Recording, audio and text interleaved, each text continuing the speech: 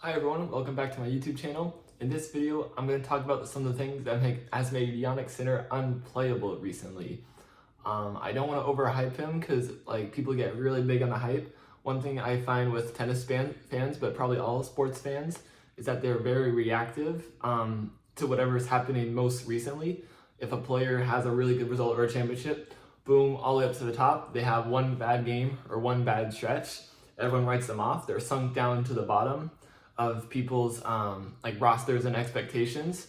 But there's a lot of things about Sinner that are looking very good right now, and is clear indications for why he's recently been able to become such a dominant player on the tour, and is actually the number one rated player on UTR, which is something I use even to analyze the pro player success. And first and foremost, he's really transformed himself physically. He's not just a good ball striker now, he's a very good athlete.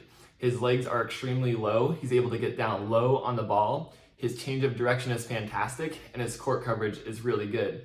You can see that anywhere he's moving on the court right now, his space is extremely solid, and he's very well grounded on the ground. This means balls that are short, that are sitting up for him, that he gets to attack, he's getting down really low on them to maximize all the amount of power he can get. And two, even when he's pushed into the corners and on defense, which used to be an area he'd struggle from, his legs are so strong and he's able to get down so low under the ball that he's actually able to maintain good balance and thus good power on the shots, no matter where the opponents move him on the court.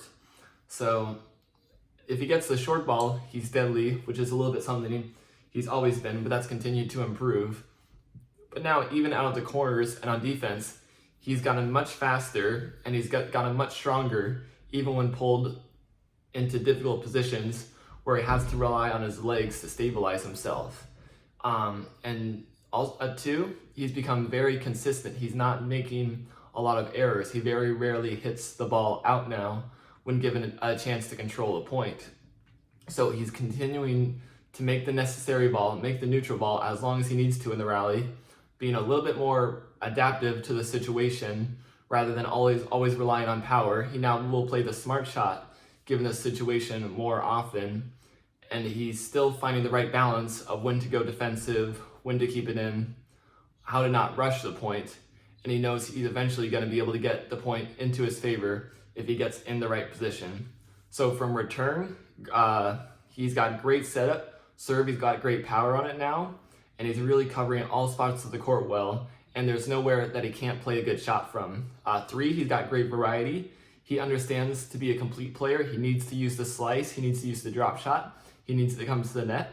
While it may not be his forte, he is quite satisfactorily proficient and even very strong from those areas of the court now. I had one more point, sorry.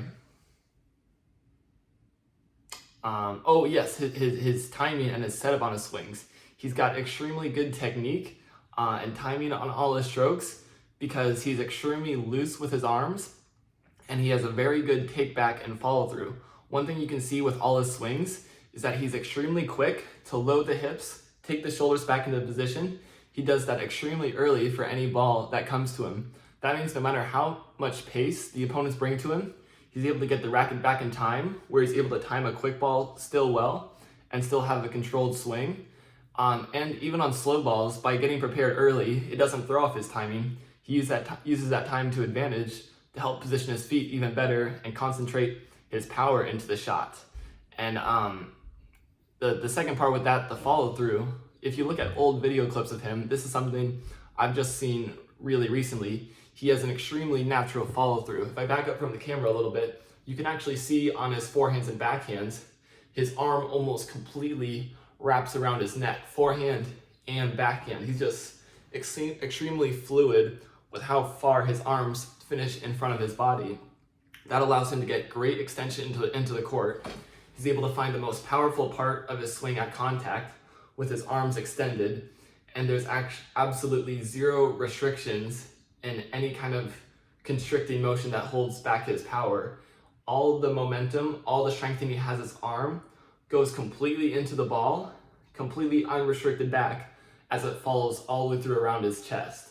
So by getting great extension, he's able to get great power and really command the angles and the positioning of the ball. He's able to time it extremely well, and he's also able to prepare early, so it's very difficult to beat him by a change of pace or by even increasing the pace. So those are some of the reasons I think Jannik Sinner's really starting to reach the highest levels of the game, and he's starting to look a little bit scary right now, and that he is going to be a difficult ask for any opponent, and he could be a really dominant player for a lot of time to come.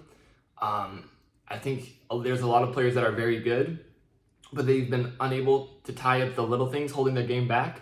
Sinner has fixed all those little small holes in his game, and when you're a top 15 to top 10 player, they're very small holes, but he's been able to upgrade those areas of his game, and now the rest of the tour has to watch out. Thanks for watching my video, and let me know your thoughts.